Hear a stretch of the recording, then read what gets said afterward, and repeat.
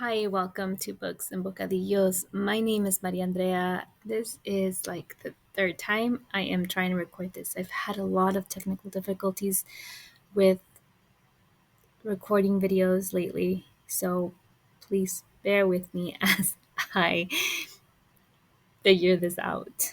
Okay, so welcome or welcome back to Week in Review. This video will be talking about this last week that passed. So this is going from May 20th through May 27th. And I will start with highlights of the week. I just talked about this in my previous attempt to record, so I'm like trying to make sure I say everything I wanted to say again. Okay, so Friday, I visited my local indie. I had ordered a couple of books. I am participating in the book club for the month of June at my local indie. I will show those books hopefully in a book call that I'll get to record soon if technology and the stars all align. Um, so I'll go ahead and record that then. But I went to go pick up my book for the book club, and I'm really looking forward to June because my friend Marty asked me to create a playlist for the book, and I love that. That is my jam. I love creating playlists for the books that I read, and I'm really happy that she asked me to do that. So I'm looking forward to that. I also met up with my friend Katie, and we went out to dinner. Katie and I are in the book club together at the bookstore, and with the bookstore, we were both in the bookstore's book club. So we met up, went out to dinner, and had a lovely time talking about books and life and books some more. And that was a lot of fun. I don't get to do that often in real life, like day to day. So whenever it happens, it feels precious. I am drinking an iced coffee. This is a coffee supplement. It's spelled Coffig, and it's made from figs, and it's really tasty. Um, I went book shopping with a gift card that I received randomly, not for my birthday, just randomly. I got myself some books, so I will hopefully be able to record a book haul soon. And then I host an in real life book club with friends, and we met yesterday, Saturday, to discuss the book How to Be Eaten by Maria Adelmann. I talked about this book a few weeks back. I read it back in April, and when I read it and when I talked about it on my channel, I said I was disappointed. It was a disappointing read. I did not enjoy it. I was going into book club thinking, okay, I'm going to rate this book 2 stars because it was not a pleasant reading experience. I did not enjoy it. But the magic of book club happens when you talk about it and people expect you to say why. You can't just say, I give this 2 stars because I didn't like it. But you have to say why. Like, why didn't it work for you? And as I was trying to tease that out and explain that and process through that, and I was having conversations with my friends about it. So both of my friends that were at book club, there's like 4 of us. So there were 3 of us who went to book club this weekend. And my 2 friends that were there said that they both gave this book 5 stars. And so you can imagine when I'm like going in thinking like I'm going to give it 2, I ended up giving it 3 because when I was talking to them, their perspectives amplified my own thoughts and experiences. And I thought it was not the writing. It was very well written. I can see that it was a quality like book. It's a book that people will enjoy, and it seemed to be more of a me thing, having to do with, again, when things don't work for me. Usually, if you are watching my channel and I'm talking about a book that didn't work for me, I think most of the time it's a me thing and not a book thing. And most of the time, the reason, like a very very common reason why things don't work for me is because of expectations. So if I go into a book that is books that are very hyped, usually don't work for me. Usually. There are exceptions, of course, but I think sometimes books get overhyped, and then my expectations are like up here, and then it just doesn't deliver. So unrealistic expectations, overhyped books. In this case, it was not necessarily overhyped, or it wasn't like unrealistic expectations, because I don't think the expectations were unrealistic. They just weren't what the book was. So I um, I have a background in like clinical studies and therapy, like clinical therapy, running groups. So this is a book about five protagonists from fairy tales, and they get pulled into a narrative therapy process group, and they're going to be talking about their trauma. So when you have training in like trauma informed practice and clinical work, you go in it thinking, okay, you're going to see some tropes of therapy, and you're going to see maybe some therapy um, methods being used to address trauma. But of course, it wasn't written for like serious therapy. It's not like it's has nothing to do with like what a real life therapy group would would happen. It's like it's a fictional story, and it just uses that as a premise. But the book itself, the story itself, goes off the rails, and it's more like a romp. It has nothing to do with narrative therapy or the use of like therapy in a group setting. So I think I had hoped that I was going to see some of the things that I like about the work that I get to do in the novel, but it wasn't so. So I think that was disappointing. And I feel like some of those characters were written in a way that they were very, they had issues with boundaries and needed a lot of support and were, had been exploited. And I felt like in this book, they continued to be exploited time and time again. And I wanted things to change for them. And it was just what I wanted for the characters wasn't what was going to be delivered. So yeah, it didn't work for me, but it worked for my friends, and it was a great book for them. And they're not trained in the same way that I am. So I think that's the bulk of it. Um, One of my friends said fairy tales are stories that get told and told and told and told, and every time they're told a little differently. And that's true, right? Like fairy tales, you may have one fairy tale that's very similar, and every country might, or every language group might have their own version of that fairy tale, and it gets told just a little, it gets tweaked a little bit, and over time these stories kind of evolve and get told in different ways. And she was like very much like the tabloids. So then we got to talking about the lives of like real contemporary women who have been through the tabloids, and um, whose lives have been exploited, and whose identities we don't really know. Like we know what the media gives us, especially like the entertainment media, but we don't really know the person, because there's just so many layers between the person and what we get to hear about the person. So examples that were given were like Hillary Clinton, Meghan Markle, Princess Diana, Taylor Swift, and how all of these women have have had their lives scrutinized by the media in like tabloid media stories, and we don't really know them, but we think we know them. Like there's such a huge part of our like pop culture references. We know who they are. They're, you know, some of them maybe become memes, and you think you know these women, but you really don't, and their lives just continue to be um, put out there like for consumption, for public consumption, for media consumption.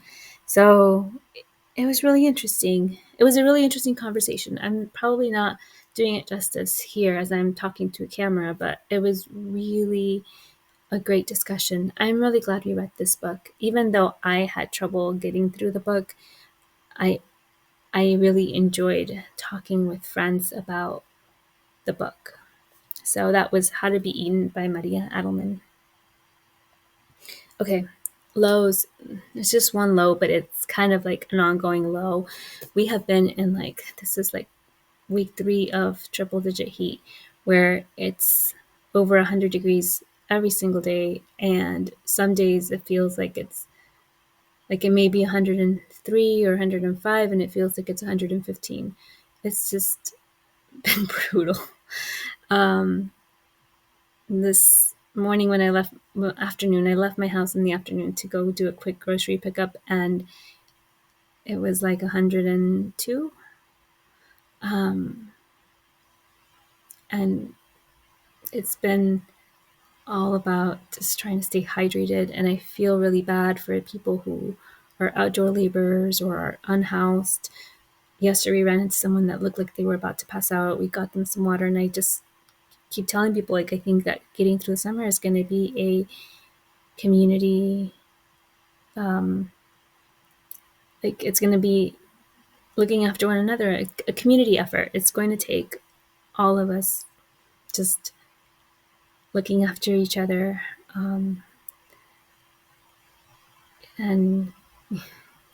keeping each other hydrated just to survive the summer and the heat. So I get home from work and I'm drained. 30 minutes after leaving my house, I'm already like sweat running down my back and just wet. My clothes get wet, and it's gonna be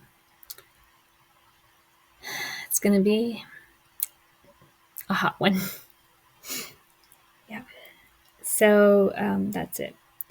For community posts, I posted a little teaser to this video earlier. I posted a picture of my dinner. I had a black bean burger for dinner, and I posted that would be the recipe of the week.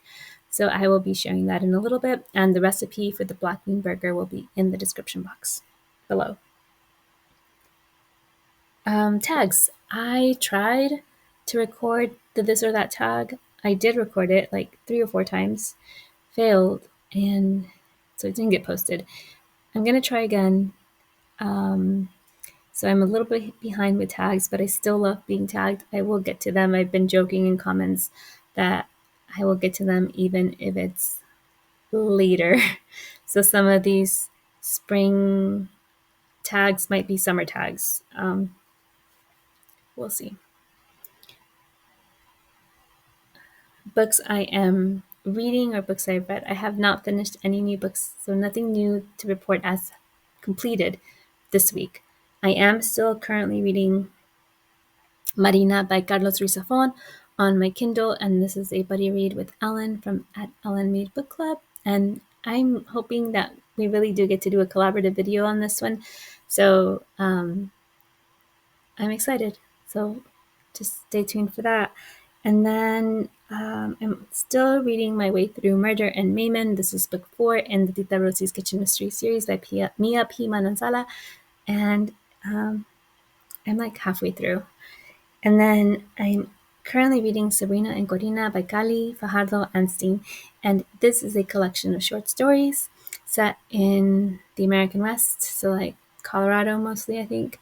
And I am loving it. I'm loving it. These short stories are fantastic.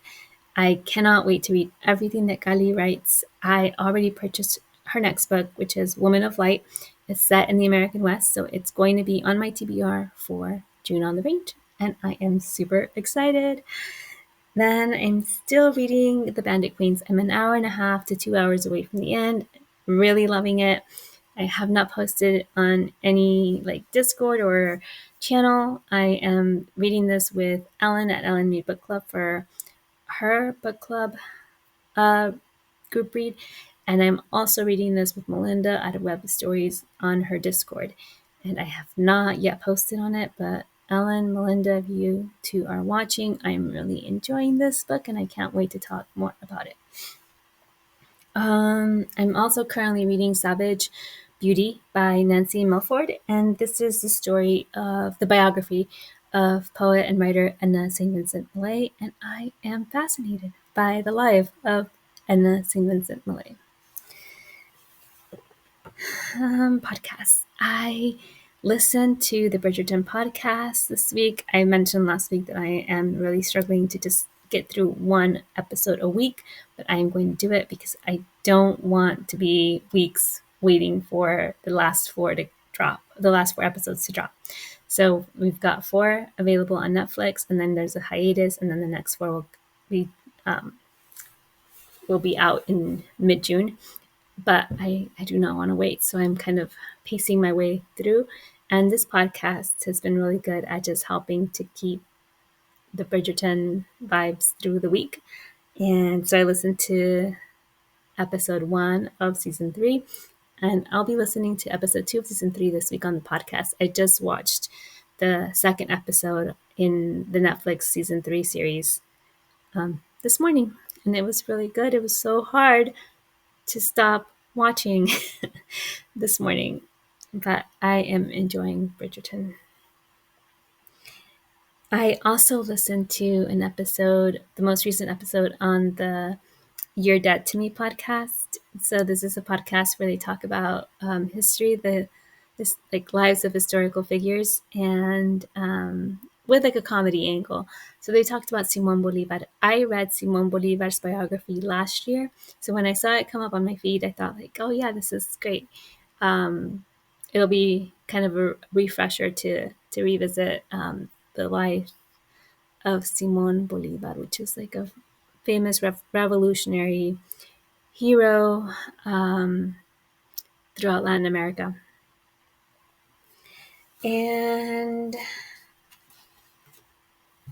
community connection. So I think one of my favorite community connections, what I mean by community connections is connections with other content creators or subscribers here on BookTube. So one of my favorite connections this week was with Angelia from the channel Read and Reread. Angelia and I live approximately 2 to 3 hours away from each other. I've never met her in real life. I just know she lives on the coast and I live a little inland in South Texas. And so we're about 2 to 3 hours away. She lives in Corpus. I live in South Texas in the Rio Grande Valley. So she and I have been commiserating on the heat in our comments on BookTube because it's been unbearable. And I know of all the people on here, like all the content creators, all the people who are BookTube related, watching this video.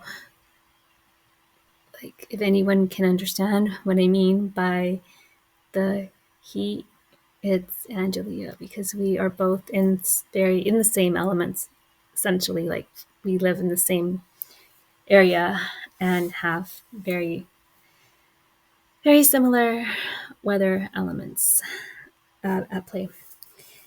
So it's been nice to just commiserate with someone about eating salads and drinking iced drinks because it's so hot. Recipe of the week. The recipe of the week I'm pulling from this magazine, Nourish, Plant-Based Living. This was a special edition I purchased last. Oh no, it says 2021. I thought I purchased it last year, but it's obviously 2021. And it was the black bean burger.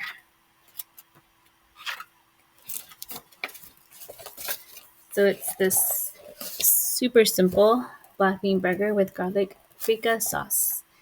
So to make the burger patty, first you saute. I used a red onion, 4 garlic cloves minced, a red bell pepper, and I sauteed that in just a little bit of water in like a wok. And once it got like translucent and soft, like the veggies, I added in a can of black beans and a can of white beans and added the spices. So it calls for coriander, cumin, chili powder, red pepper flakes, and salt. So added all of that, mashed with a potato masher, not like to be smooth, but just kind of like to mash some of the beans.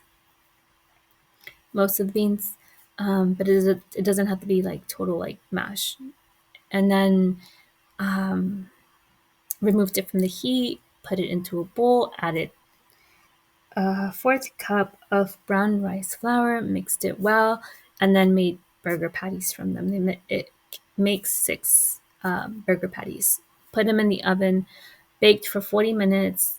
Took them out of the oven to flip them at 20 minutes, and then put them back in for another 20 to 25. I think I left them 5 minutes over just for to make them extra toasty, I guess. And I made the garlic paprika sauce that this recipe calls for. So it uses raw cashews, tahini, garlic clove, maple syrup, rice vinegar, smoked paprika, salt, and water. And all of this is blended into like a creamy sauce that you use to like pour into like a dressing for the burgers. It was really, really tasty. I used spicy tahinis. It was a little extra spicy, but as I've mentioned on the channel, I tend to like a little bit spice. Who am I kidding? I tend to like a lot of spice. The spicier, the better. So that was that. And then you just top it with whatever things you like. So in my burger, I like lettuce, tomato, pickles. I also added a slice of non-dairy Daya cheddar cheese to my burger patty, and it was really tasty. My husband is not vegan, so he said, he's like, these are always so much better when you make them. Meaning, like, and I was like, when the store bought or the restaurant ones, and he was like, yeah, when we go to a restaurant or when we buy the frozen patties to cook, he doesn't like them. And so when I first suggested I'm going to make black bean burgers, he's like, and I was like, no, I'm going to make them from scratch. Like and he was like, well, okay. And then when he ate them, he was like, these are so good. And he's like, he said, these are so much better when you make them. So that meant a lot to me because I'm glad that they were enjoyable for someone who isn't vegan, because I know that I like them, but I know they're, when you're not vegan, you might miss it, but he really, really liked them. So yay. That's always success. My husband, although he isn't vegan, he's very supportive of my my vegan cooking and baking, and he's really supportive of just the vegan lifestyle. So I appreciate that. It makes life easier. And I am looking forward to Summer of Salads. So we both love salads around here. So I'm really looking forward to a Summer of Salads. I did this on my channel last year, and I'm bringing it back. So stay tuned. I will be talking a lot about salads in my little cookbook corner videos or posts. Any chance I get to talk about salads, we'll be talking about salads. And I'm also pending, I mentioned I've had some technical difficulties with recording videos. The tag failed this week. I was also planning to do a special video to celebrate or commemorate 100 subscribers. That didn't work out. I will try again soon. And I'm also really looking forward to June on the Range. So I will be wrapping up the Thursday night poetry inspired by Taylor Swift's album, The Dead Poets, not Society, the Dead Poets Department. Not the Dead Poets. Oh my gosh. The Tortured Poets. The Tortured Poets Department. I will be wrapping up that bit on my channel this week. Starting in June, so not this coming week, but the next, I will be doing Thursday night poetry for June on the Range. So I'm already really excited. I'm curating Western poets, poetry about the West. And, Mexico was a part of the West at some point, so I feel like where I grew up and in the parts of Mexico that I'm familiar with, we we were at one point like part of like the same Southwest culture. So I am really looking forward to amplifying that concept of the West. The I love watching westerns, but I especially love watching Mexican westerns, Spanish language westerns. I grew up watching those as a kid, so I really love those. So I'm looking forward to maybe watching some western movies. Some of my like childhood favorites set in Mexico, and I'm hoping to amplify the concept a bit, to make room for Chicano, Hispanic, Spanish literature when we talk about the West and the history of the West. There's a lot of politics and a lot of history, and I'm really excited. So thank you so much for watching. I hope you are as excited about the summer as I am, even though I'm dreading the heat. I'm excited about the summer on BookTube and all summer reading things. So happy reading, and we'll talk again soon. Hasta la próxima.